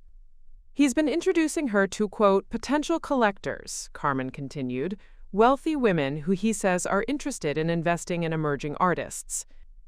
Sophia thinks she's networking, but I've noticed these women seem to be going through divorces or dealing with recent losses." I felt the familiar surge of protective anger that had driven me throughout Patrick's prosecution. Another predator was operating in our region, using nearly identical tactics to target vulnerable women. "Carmen, I need you to know that nothing Sophia has done is foolish or wrong," I said firmly. "These men are professionals who spend months, sometimes years, perfecting their manipulation techniques. But there are things we can do to protect her and potentially other women." I pulled out our standard intervention protocol, developed through painful trial and error with other families facing similar situations. The key was documenting everything, while avoiding actions that might drive the predator underground or cause him to accelerate his timeline. First, we need to gather information without alerting Marcus that we're investigating. Can Sophia provide us with his contact information, examples of his artwork, and details about these potential collectors he's introduced her to? Carmen nodded eagerly. She's been photographing his paintings and keeping his business cards. She thinks she's helping him document his professional network. Perfect. Second, we need to connect with law enforcement. Inspector Dubois is still in the country working on related cases, and Agent Martinez has become our primary FBI liaison for romantic fraud investigations. My phone buzzed with a call from Valentina. I answered on speaker with Carmen's permission. "Celeste?" Valentina's voice was tight with urgency. "I just got a call from the Victim Advocacy Hotline. We have a situation developing in Hartford. A woman contacted us about her daughter who's dating an artist asking for money." Carmen's eyes widened. "That has to be Sophia." "Val, I have Carmen Rodriguez here in my office.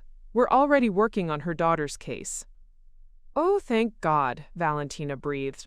"Carmen, your daughter called our hotline this morning. She's starting to have doubts about Marcus's stories, and she wanted to know if her concerns were valid." The conversation that followed revealed Sophia's growing unease with Marcus's behavior. He'd become possessive when she'd mentioned wanting to research other artists for comparison. He'd pressured her to keep their investment plans secret from her family. Most tellingly, he'd begun asking detailed questions about her mother's financial situation and social connections. "Sophia is scared," Valentina explained. "She's starting to realize that Marcus has been gathering information about your entire family, Carmen. But she's afraid that if she's wrong about him, she'll lose what she thinks might be true love." Carmen's composure finally cracked. "I've been trying to protect her without being controlling. After my divorce, I promised myself I'd never again tell another woman what to do with her heart. But I can't watch my daughter make the same mistakes I did." "You're not making mistakes," I assured her. "You're recognizing patterns and asking for help. That's exactly what you should be doing." We spent the next 2 hours developing a comprehensive plan. Sophia would continue her relationship with Marcus while documenting his requests and behavior. Valentina would provide her with emotional support through our victim advocacy network. Inspector Dubois would begin investigating Marcus's background and potential connections to other fraud cases. As Carmen prepared to leave, she turned back with tears in her eyes. "I can't believe how much support you've built for people like us," she said. 6 months ago, I would have felt completely alone and helpless. Now I know there are people who understand and can help. After she left, I sat in my office reflecting on how dramatically my life had changed. 6 months ago, my biggest concern had been coordinating vendors for luxury weddings. Now I was running a foundation that had already helped over 200 fraud victims and was expanding internationally. The transformation hadn't been easy. Building the foundation while planning my own wedding, dealing with media attention, and processing the trauma of Valentina's betrayal had tested every limit I possessed. But it had also revealed strengths I'd never known I had. My phone rang again, Dominic calling to remind me about our dress fitting. "On my way," I told him, gathering my things. "And Dom, we just prevented another Patrick Collins situation. I'll tell you about it on the drive to the atelier." As I locked my office, I realized that justice wasn't just about punishment, it was about prevention. Every woman we helped recognize manipulation tactics. Every predator we exposed before they could strike. Every family we kept intact represented a victory that mattered more than any court sentence. The dress fitting could wait a few more minutes. First, I needed to call Inspector Dubois about Marcus Delacroix. Some battles were worth being late for. The morning of my final dress fitting dawned crisp and clear, with autumn light streaming through the windows of Madame Rousseau's temporary American atelier. She'd flown in from Paris specifically for this fitting, insisting that after everything my dress had been through metaphorically, the new gown deserved her personal attention. "Cherie," she said, circling me with the practiced eye of a master craftsman, "this dress, she tells a different story than the first one, non?"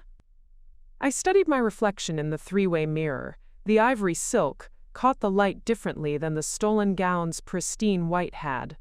The hand-embroidered wildflowers seemed to dance across the fabric, each stitch representing growth from adversity rather than pristine perfection. "It's perfect," I breathed, meaning it completely. "Oui, but you are different too," Madame Rousseau observed, adjusting the subtle train that would pool elegantly behind me as I walked down the aisle. "The first dress was for a woman who believed the world was predictable, controllable. This dress is for a woman who knows that strength comes from surviving the unpredictable." A soft knock interrupted our moment. Valentina's voice came through the door. "Celeste? Madame Rousseau said I could see the final fitting if you're comfortable with that." I met Madame Rousseau's eyes in the mirror. She nodded encouragingly. "Come in, Val," I called. My sister entered cautiously, as if she still wasn't entirely sure of her welcome in my most important moments.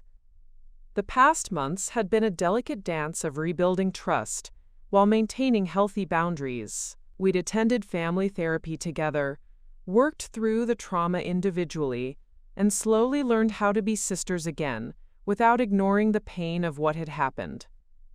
"Oh, Celeste," Valentina whispered, her hand flying to cover her mouth. "You look absolutely radiant." She was different too. The bohemian artist persona had evolved into something more grounded, more purposeful. Her volunteer work with fraud victims had given her a sense of direction that her art alone had never provided. "Thank you for being here," I said, surprised by how much I meant it. "I know the past year has been complicated for both of us." "It has," she agreed, settling into the chair Madame Rousseau indicated. "But I think we're both stronger for having gone through it, individually and together." Madame Rousseau continued her final adjustments while Valentina and I talked. It felt natural in a way that would have seemed impossible 6 months ago. The forced intimacy of shared trauma had ultimately created space for genuine intimacy to develop. "How's Sofia Rodriguez doing?" I asked. We'd successfully prevented Marcus Delacroix from defrauding her family, and the case had become another template for early intervention strategies. "She's thriving," Valentina replied with obvious pride. She's actually started volunteer training with our foundation. Turns out, having almost been victimized gives her incredible credibility with women who are currently being targeted. The Marcus Delacroix case had been resolved swiftly once we'd connected his activities to Inspector Dubois' international network. He was currently awaiting extradition to France, where he faced charges related to art theft spanning 5 years. Sophia had been instrumental in gathering evidence, transforming from potential victim to active ally in bringing him to justice. Speaking of the foundation, I said, the board approved your proposal for the mobile intervention unit. Valentina's face lit up. Really? We're actually going to have a van that can respond to romantic fraud emergencies in real time? Complete with counselors, legal advocates, and financial specialists, I confirmed. Inspector Dubois helped us secure federal funding through his international task force budget. The mobile unit represented the evolution of our reactive model into something proactive. Instead of waiting for victims to find us after they'd already been traumatized, we could respond immediately when family members or friends identified concerning patterns. There's something else, I said, checking Madame Rousseau's expression before continuing. I want you to be my maid of honor. Valentina went completely still. Celeste, I don't think... I've thought about this carefully, I interrupted. What Patrick did to both of us was calculated to destroy our relationship. He wanted me to blame you for his crimes. He wanted you to feel too guilty to maintain our bond. Letting him succeed in that would be giving him a victory he doesn't deserve. Tears spilled down Valentina's cheeks. But I did steal your dress. Even if I was manipulated, even if I believed his lies, I still took something precious from you. You did, I agreed gently, and it hurt more than I can describe, but you're also the reason we exposed an international criminal operation. Your willingness to testify, to admit you'd been deceived, helped convict someone who'd victimized dozens of women. Madame Rousseau had stopped her adjustments to listen, her own eyes misty as she watched our conversation unfold. The woman I want standing beside me at my wedding, I continued, is someone who's faced her mistakes, learned from them, and dedicated her life to protecting other women from the same manipulation. That's exactly who you've become, Val. My sister was crying openly now, but she nodded through her tears. I would be honored to be your maid of honor, and terrified, but mostly honored. Magnifique, Madame Rousseau declared, clapping her hands together. Now we must discuss your dress, Mademoiselle Valentina. I have some ideas. The next hour was spent planning Valentina's maid of honor gown. Madame Rousseau insisted on creating something that would complement my dress while representing Valentina's own journey of transformation. We settled on deep sapphire blue silk with subtle silver embroidery. Elegant but not competing, supportive but distinctive. As the afternoon progressed, other members of our wedding party arrived for their own fittings. Nat would serve as matron of honor, her steady presence throughout our ordeal having proven her worth as both friend and business partner. Mrs. Thornberry had surprisingly accepted my invitation to be an honorary bridesmaid, saying she'd never had daughters, and would be delighted to participate in such a meaningful celebration. The dynamics were unlike any bridal party I'd ever coordinated professionally. These women had been bonded not just by friendship, but by shared adversity and mutual support through crisis. The wedding would be a celebration not just of my marriage to Dominic, but of the resilience we'd all discovered within ourselves. Celeste, Mrs. Thornberry said as Madame Rousseau adjusted her understated burgundy gown, I hope you know that your decision to include me in this celebration means more than I can express. After losing Harold, I thought my involvement in joyful occasions was finished. Mrs. Thornberry, you've been like a mother to all of us through this process, I replied. You showed us how to channel grief into purpose, how to transform pain into protection for others. Of course you belong here. Dominic arrived as we were finishing the fittings, bringing coffee and pastries from our favorite bakery. He'd learned to navigate the complexities of wedding planning while supporting a fiancé who was simultaneously running a victim advocacy foundation and processing her own trauma. "How are my beautiful women doing?" he asked, earning a collective eye roll that somehow felt both familiar and precious.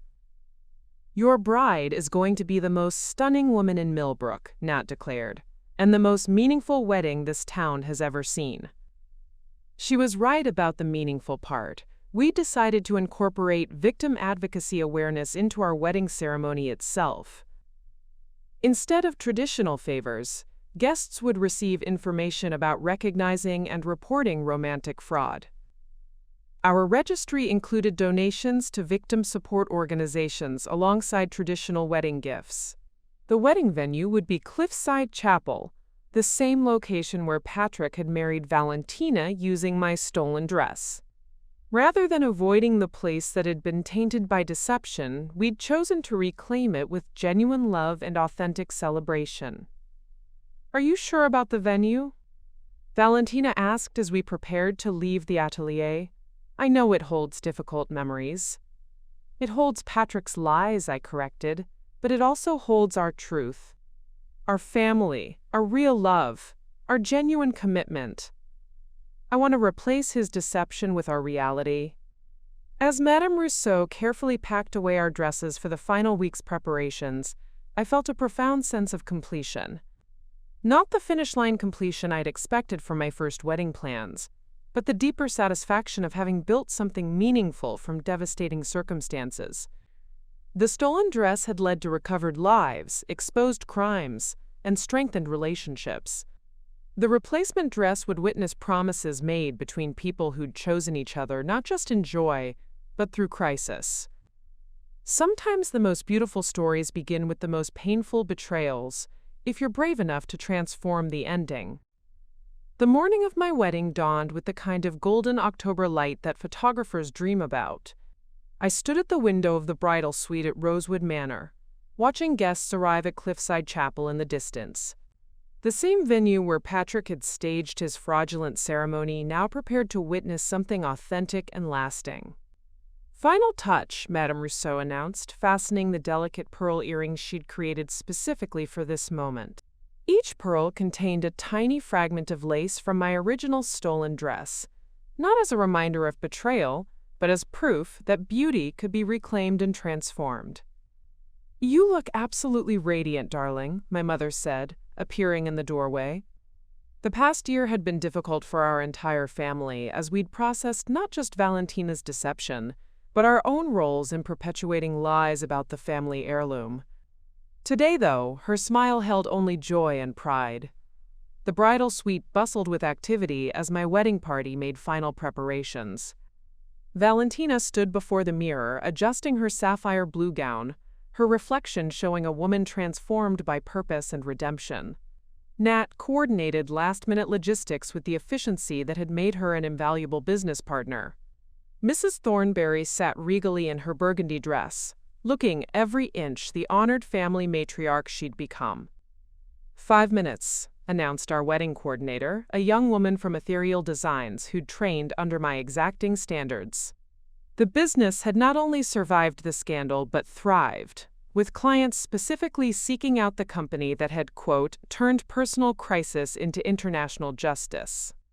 Inspector Dubois appeared in the doorway, elegant in his formal dress uniform. "Mademoiselle Celeste, if I may have a moment?" He'd flown in from Paris specifically for the wedding, having become both professional ally and personal friend throughout our year-long journey. His presence added international gravitas to what might otherwise have been simply a local celebration. "I wanted you to know," he said quietly, "that the Marcus Delacroix case has yielded additional arrests. Our investigation expanded into a network of romantic fraud operations spanning 7 countries. Your foundation's methodology is now being implemented across Europe." I felt tears threaten my carefully applied makeup. How many women have been protected? So far, over 300 confirmed interventions, but the real number is impossible to calculate. Every woman who recognizes manipulation tactics because of your advocacy work represents a potential crime prevented. The weight of that impact settled around me like a mantle. What had begun as personal betrayal had evolved into international prevention efforts that would protect countless women for years to come. "There's something else," Inspector Dubois continued, his formal demeanor softening. "Patrick Collins wants to send you a message." My blood chilled momentarily, but his expression remained calm. "He asked me to tell you that watching the Foundation's work from prison has given him the first genuine remorse he's ever experienced. He understands now the scope of damage he caused, not just to individual victims, but to their families and communities." I considered this information carefully. Patrick's belated remorse didn't undo the trauma he'd inflicted, but it represented acknowledgement of responsibility that many victims never received. "Thank you for telling me," I said finally. "I hope his remorse motivates other potential predators to reconsider their choices." A soft knock interrupted us. Dominic's voice came through the door.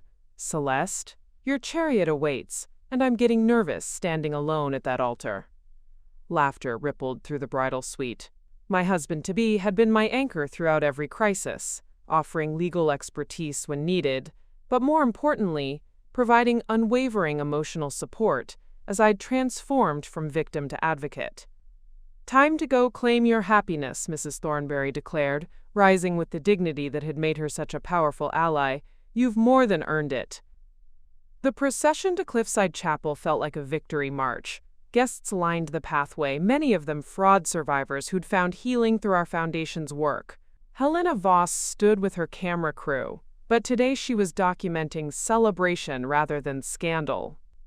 As we entered the chapel, I saw the assembled crowd represented far more than a traditional wedding guest list. FBI agent Martinez sat beside fellow law enforcement officials who'd worked the Patrick Collins case. Madame Rousseau occupied a place of honor near the front, her presence blessing both the dress and the woman wearing it. Sofia Rodriguez sat with her mother Carmen, both of them living proof that early intervention could prevent devastating fraud.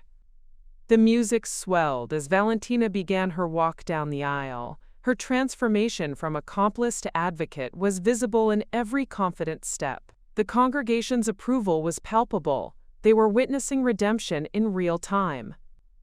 Mrs. Thornberry followed, carrying herself with the grace of someone who'd channeled grief into purpose. Nat came next, her steady presence reminding me of all the professional and personal support that had sustained me through crisis.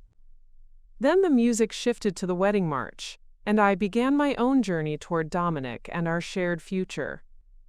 The walk down the aisle felt different from anything I'd experienced in my professional career. This wasn't about flawless execution or picture-perfect moments. This was about choosing love despite having experienced betrayal, building trust after having it shattered, creating beauty from the ashes of deception.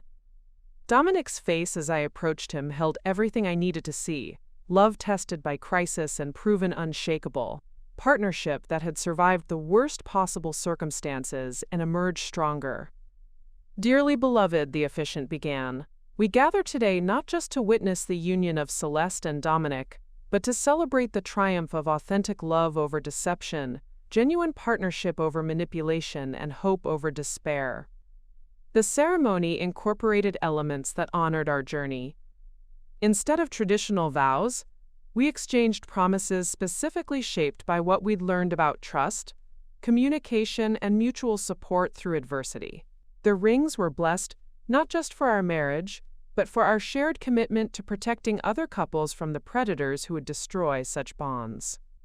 When Dominic kissed me as his wife, the chapel erupted in applause that felt like collective celebration of justice served and happiness reclaimed. The reception at Rosewood Manor continued the theme of meaningful celebration. Our first dance was to music that Inspector Dubois had recommended, a French ballad about love that survives all trials.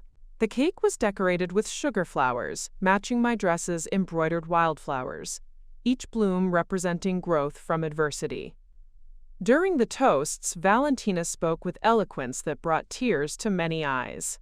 My sister taught me that true strength isn't about never falling down. It's about getting back up and building something beautiful from the pieces. Mrs. Thornberry followed with words that captured the essence of our extended family. Today we celebrate not just a marriage, but a community of survivors who chose to transform pain into protection for others. As the evening progressed, I found myself surrounded by women whose lives had been touched by our foundation's work. They shared stories of marriages saved by early intervention, families protected by education about manipulation tactics, and communities strengthened by awareness of romantic fraud. "You realize what you've built, don't you?" Helena Voss asked as she conducted her final interview of the evening. "This isn't just a victim advocacy organization. It's a movement that's changing how society responds to romantic fraud." As Dominic and I prepared to leave for our honeymoon in Tuscany, I took one last look at the celebrations surrounding us. The stolen dress had led to recovered lives, exposed crimes, and strengthened relationships. The replacement dress had witnessed promises made between people who'd chosen each other not just in joy, but through crisis. Valentina approached as we prepared to depart, her eyes bright with tears and purpose.